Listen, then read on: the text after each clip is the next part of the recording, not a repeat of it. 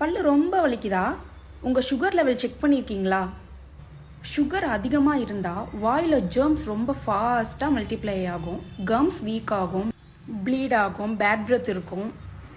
Normal பர்சனுக்கு பல் pain கம்மியாக தான் இருக்கும். ஆனால் சுகர் பேஷண்ட்டுக்கு சடனாக டீப்பாக பெயின் ரொம்ப சிவியராக இருக்கும். சுகர் இருந்தால் புண்ணு ஆடுறது ரொம்ப லேட் ஆகும். அது மாதிரி பல் எடுத்த பிறகும் அந்த இடத்துல புண்ணு ஆடுறது, ரூட் கேனல் பண்ணதுக்கப்புறமா பெயின் ரொம்ப ஸ்லோவாக தான் குறையும். இது ரொம்ப இம்பார்ட்டன்ட்.